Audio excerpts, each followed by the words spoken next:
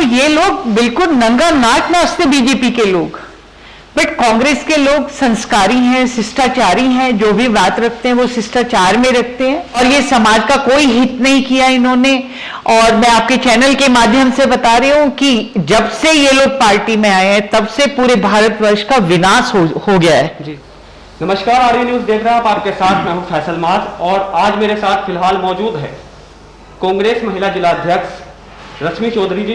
समाज सेविक है और लगातार कांग्रेस के लिए भी और प्रदेश के लिए भी काफी कुछ इन्होंने किया है। तो चलिए इनसे कोविड-19 को लेकर सीधा बात करते हैं जो बीजेपी सरकार है वो किस तरीके से कार्य कर रही है, क्या कोविड-19 की रोकथाम को देखते हुए सरकार सफल हो रही है। रश्मि जी बहुत बहुत स्वागत है आपका आरबी न्यूज में। धन्यवाद। रश्मि जी, पहला सवाल मेरा आपसे यही होगा कि कोरोना काल में बीजेपी किस तरीके से कार्य कर रही है, जो कोरोना के केसेस है क्या उन पर काबू पा रही है या फिर कोरोना की जो स्थिति है वो ऐसी है कि सरकार उस पर जो लगाम है वो नहीं लगा पा रही। देखिए, मैं आपके चैनल का बहुत बहुत धन्यवाद करती हूँ कि आपने कोविड-19 के विषय में मेरे से क्वेश्चन पूछा है। तो पूरे उत्तराखंड में आप देख सकते हैं कि किस तरीके से मारामारी हो रही है और ये 2020 में इन लोगों को आगाह कर दिया गया था, इंक्लूड सरकार, इंक्लूड विधायक, इंक्लूड ब्लॉक प्रमुख, जिला पंचायत, मेयर, जो भी मतलब हमारे इंपॉर्टेंट जनप्रतिनिधि हैं। 1 साल का इनको टाइम मिला, 1 साल में ये कोविड-19 का कोई भी मैनेजमेंट नहीं कर पाए। जब कोविड-19 का यहाँ पर जो अभी जो यहाँ पे कुंभ मेला हुआ था, कुंभ मेले में इन्होंने मतलब वाही लूटी है और उसमें इन्होंने खूब पैसे का मतलब घोटाले किए हैं। पूरा उत्तराखंड जानता है इस बात को। और यदि विपक्ष कुछ बोलता है तो ये लोग बोलते हैं कि कोविड-19 चल रहा है, आप लोगों को सबका सहयोग करना चाहिए, आप इस समय ये टीका टिप्पणी करने का समय नहीं है। बट काश हमारा विधायक होता, हमारा मेयर होता, हमारा सांसद होता और हमारी सरकार होती कांग्रेस की, और जिस तरीके से मारा मारी और जिस तरीके से बंदरबाट पैसे की हो रही है, जिस तरीके से लोग बेमौत मर रहे हैं बिना ऑक्सीजन के, बिना वेंटिलेटर के, बिना हॉस्पिटल्स प्रोवाइड हुए बिना, तो ये लोग बिल्कुल नंगा नाच नाचते बीजेपी के लोग। बट कांग्रेस के लोग संस्कारी हैं, शिष्टाचारी हैं, जो भी बात रखते हैं वो शिष्टाचार में रखते हैं और अपने प्रिंसिपल के तहत रखते हैं। तो इन लोगों का कथनी और करनी में जमीन आसमान का फर्क है। इनका चरित्र भी दोहरा है, ये बात कुछ करते हैं और जमीन पे जो इंप्लीमेंट्स हैं इनके, उत्तराखंड 2022 में बताएगा कि आप लोगों ने कोविड-19 एक ऐसी महामारी आई है हमारे भारतवर्ष के अंदर, उत्तराखंड के अंदर पहाड़ों तक में पहुंच गई है और पहाड़ों में डॉक्टर्स नहीं है, हॉस्पिटल्स मतलब कि पेशेंट जो जा रहे हैं उनको मतलब कि दवाइयाँ प्रोवाइड नहीं हो पा रही हैं, उनको ऑक्सीजन प्रोवाइड नहीं हो पा रही हैं। जब इतना मारामारी हो गया उसके बाद इनके विधायकों को, इनके जितने भी मेयर हैं, जितने भी जिला पंचायत अध्यक्ष हैं, उनको तब ये सब चीजें समझ आ रही हैं और सबके पास निधि आती है सरकार की तरफ से। बट जो मैनेजमेंट है वो बिल्कुल कमजोर है और मैं ये बोलूंगी कि BJP government completely failure government है और मतलब कि बहुत दुख का विषय है ये, क्योंकि इस समय जो है पूरे भारतवर्ष में, पूरे उत्तराखंड में गमहीन माहौल है। कितने बच्चे ऐसे हैं जिनके माता पिता भी इस कोरोना काल में चले गए और बच्चे अनाथ हैं, बट इन लोगों ने कोई भी कहीं पे भी कोई प्रिपरेशन नहीं की हुई थी और इन लोगों का कंप्लीटली कोरोना काल में ये बात पता चल गई कि बीजेपी गवर्नमेंट जो है कितनी फेलियर गवर्नमेंट है और ये दिखाती कुछ है, करती कुछ है और इनका चाल चरित्र सब दोहरा है। और इनके जो बाबा रामदेव जी हैं, कोविड-19 चल रहा है उसमें आयुर्वेदिक है, चाहे एलोपैथी है, चाहे होम्योपैथी है, ऐसे टाइम पीरियड में इनके जो ये कहते हैं कि मुझे तो कोई अरेस्ट नहीं कर सकता है। अब आप एक बात बताइए, ऐसे गमहीन माहौल में, ऐसे कार्यकाल में जो बाबा रामदेव जी, नहीं बोलूंगी मैं उनको, मैं लाला रामदेव बोलूंगी, लाला रामदेव जी ऐसे बयान दे रहे हैं, उठपटांग बयान दे रहे हैं और सरकार उन पे कोई अंकुश नहीं लगा पा रही है। मैं कहती हूँ उनको अरेस्ट करना चाहिए। और गलतियां करते हैं और आपस में ये गुरु चेले जो है बालकृष्ण जी और लाला रामदेव जी आपस में एक दूसरे की, यदि वो कुछ गलत बोल देता तो वो उसको ढकने लगता है, वो कुछ गलत बोल देता तो वो ढकने लगता है। इन लोगों का काम ये है। और कोविड-19 चल रहा है, गमहीन माहौल है, ऐसे में इस तरीके की गंदी बयानबाजी करना, और जो डॉक्टर्स लोग बेचारे अपनी जान हथेली पे रख के समाज की सेवा कर रहे हैं और जो भी उनको फैसिलिटीज मिल रही है वो जनता को देने की पूरी पूरी कोशिश कर रहे हैं, और उसमें इस तरीके का बयानबाजी, तो मैं समझती हूँ कि सरकार कंप्लीटली फेल्योर है। जी मैम, कोविड-19 को देखते हुए जो कि पूरे देश में लॉकडाउन लगा हुआ है और वही लॉकडाउन उत्तराखंड में भी है, तो क्या लोग उत्तराखंड में उस लॉकडाउन का पूर्ण रूप से जो है वो पालन हो पा रहा है या नहीं? किस तरीके की स्थिति यहाँ पर दिखाई दे रही है? देखिए मेरी बात सुनिए, जो ये चल रहा है कोविड-19 का, जो मतलब कि जो ये कर्फ्यू सिस्टम हो रहा है, इसमें क्या है कि लोग सब निकल रहे हैं, बट बेचारे व्यापारी मारे जा रहे हैं, उनका व्यापार खत्म हो गया है। उन लोगों के सामने आर्थिक स्थिति इतनी ज्यादा खड़ी हो गई है कि मैं आपको बता नहीं सकती हूं। तो जो कोविड का जो भी इन लोगों ने जो सिस्टम बनाया है, उसमें आप ऐसा सिस्टम बनाइए जिससे पूरा हमारा व्यापारी भी अपना व्यापार करता रहे, लोग भी फॉलो करें उसको। और सेकेंडली क्या है कि आपने मतलब कि ये किया हुआ है, और उसके बाद क्या है, लोग आप मार्केट में जाके देखिए कितनी भीड़ है, कौन कोविड का पालन कर रहा है? कोई भी तो कोविड का पालन नहीं कर रहा है, इतनी भीड़ चल रही है।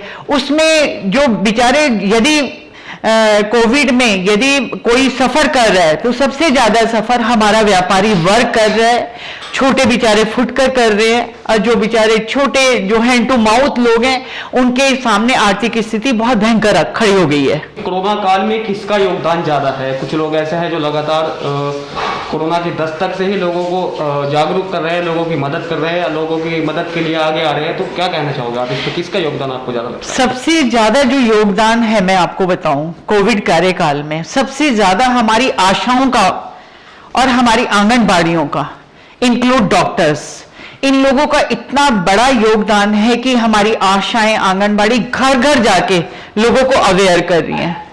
और उनका मैं चाहती हूं, सरकार से निवेदन भी करती हूं कि उन लोगों को अलग से मानदेय दिया जाए, क्योंकि वो अपनी जान हथेली पे रख के समाज की सुरक्षा, समाज को स्वास्थ्य सुविधाएं और समाज को अवेयर कर रही है कि आप इस तरीके से मास्क, इस तरीके से सैनिटाइज, इस तरीके से घर में रहिए। तो मैं सरकार से गुहार लगा रही हूँ कि आंगनबाड़ी हमारी और हमारे जितने भी डॉक्टर्स लोग हैं, जितनी हमारी आशा बहनें हैं, उन सबको अलग से मानदेय दे सरकार। अच्छा मैम, कोरोना काल में जो बच्चों के जो एग्जाम है उनको जो है पोस्टपोन कर दिया गया, तो क्या उन बच्चों की जो परीक्षाएं है वो यहीं पर रोक देनी चाहिए और बच्चों को जो है वो प्रमोट कर देना चाहिए? इसके बारे में आप क्या कहना चाहिए? देखिए, मैं पढ़े लिखे परिवार से हूं, मैं इसमें बिल्कुल भी सहमत नहीं हूं। क्यों सहमत नहीं हूं? कि आप लोगों का सिस्टम क्यों इतना कमजोर रहा कि आपको प्रमोट करने पड़ रहे हैं बच्चे, जो बच्चे घर में बैठे हुए हैं और फीस दे रहे हैं वो बच्चे, बट वो जब प्रमोट हो जाएंगे उनको पता ही नहीं होगा कि 11वीं की क्लास में क्या पढ़ाई हुई है, और वो 12वीं में आ जाएंगे, और उनका जो मानसिक जो विकास होता है बच्चे का स्कूल में जाके एक अलग विकास होता है। तो आप क्यों नहीं सिस्टम फॉलो कर पाए? यदि एक क्लास में 50 बच्चे थे तो आप 25 का एक बार करते, 25 का एक बार करते, बट उनके मानसिक विकास को ही तुमने खत्म करने का काम कर रहे हो। तो मैं इसमें बिल्कुल भी सहमत नहीं हूं।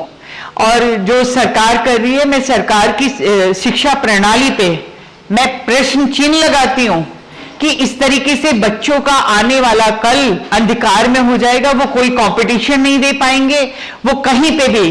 क्योंकि जब ये सत्ता में आए थे तो इन्होंने बोला था कि हम इतने रोजगार देंगे, उल्टा इन लोगों ने रोजगार छीन दिए, जो बाहर बच्चे गए थे वो भी घर में बैठे हैं। सेकेंडली, इन्होंने बोला था कि हम व्यापारियों के लिए इतना बड़ा एक मतलब सुकून वाली जिंदगी देंगे व्यापारियों को। व्यापार जो लोग करते हैं बेचारे कितनी टेंशन में रहते हैं, उनके ऊपर जीएसटी थोप दी और तरह तरह की चीजें ये लोग लेकर आए हैं। तो सरकार जो है कंप्लीटली इनकी जो पॉलिसीज हैं वो समाज हित के लिए नहीं है, देश हित के लिए नहीं है, और ये समाज का कोई हित नहीं किया इन्होंने।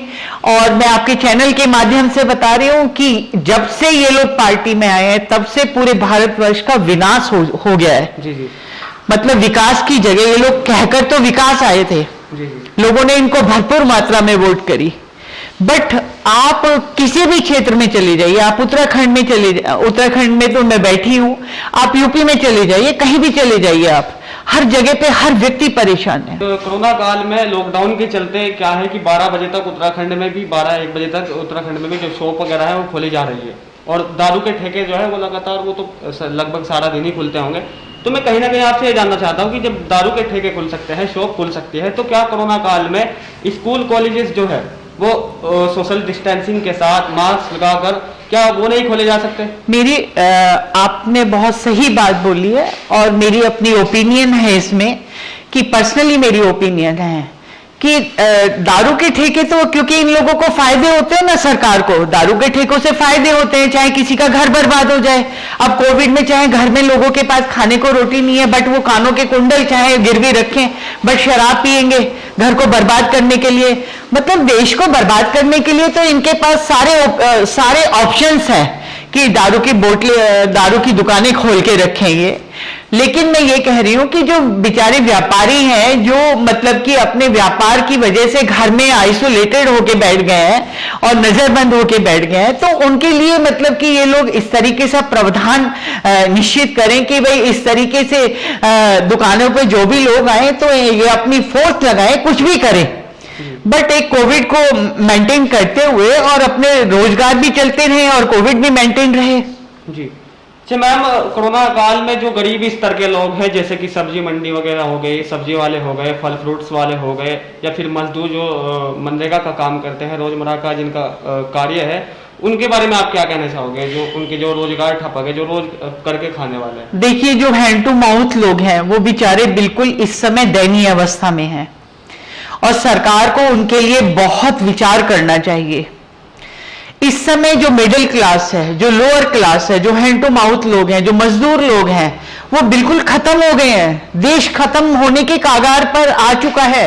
मैं आपके चैनल के माध्यम से बता रही हूं, क्योंकि मेरे पास हर टाइप का वर्ग आता है और मैं हर टाइप के वर्ग से मेरी बात होती है। इस समय देश जो है कोविड-19 है, मैं मानती हूं बहुत जबरदस्त महामारी है, लेकिन आप फोर्स लगाइए, अपने लोगों का मैनेजमेंट रखिए आप, क्योंकि आप सरकार, आप सत्ता में बैठे हैं, सेंट्रल में आप सत्ता में बैठे हैं, स्टेट में आप सत्ता में बैठे हैं, तीनों आपका फंक्शन जो है पूरा कंप्लीट बीजेपी का है। सांसद भी बीजेपी, विधायक भी बीजेपी, मेयर भी बीजेपी। खाली आप सेंट्रलाइज करके या छोटे मोटे काम करके और समाज को दिखा के कि हम लोग बहुत बड़े बड़े काम कर रहे हैं, तो जनता को क्यों गुमराह कर रहे हो आप लोग? क्योंकि आपका मैनेजमेंट जीरो है, आप जीरो साबित हो रहे हैं।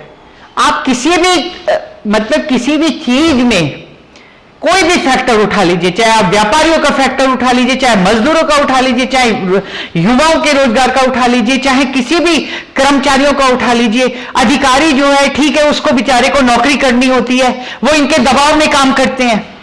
नहीं तो मैं अधिकारी सारे वर्ग को मैं सैल्यूट करती हूं, बट इनके दबाव में काम करते हैं। उनकी आत्माएं कहती है कि ये नहीं होना चाहिए, बट उनको करना पड़ता है क्योंकि नौकरी है सरकारी। तो ये लोग जो है तानाशाही वाली सरकारें हैं, हिटलरशाही वाली सरकारें हैं। इनको समाज से, लोगों से या किसी भी वर्ग से या महिलाओं से कोई लेना देना नहीं है। तो ये थे हमारे साथ में कांग्रेस की महिला जिला अध्यक्ष रश्मि चौधरी जी, और जिन्होंने हमारे सवालों के बहुत ही सरल स्वभाव के साथ जवाब दिए। और रश्मि जी, आपका हमारे साथ में बात करने के लिए बहुत बहुत धन्यवाद। धन्यवाद। तो आरवी न्यूज के ऐसे ही हर अपडेट्स पाने के लिए चैनल को सब्सक्राइब, लाइक, कमेंट जरूर कीजिए। धन्यवाद।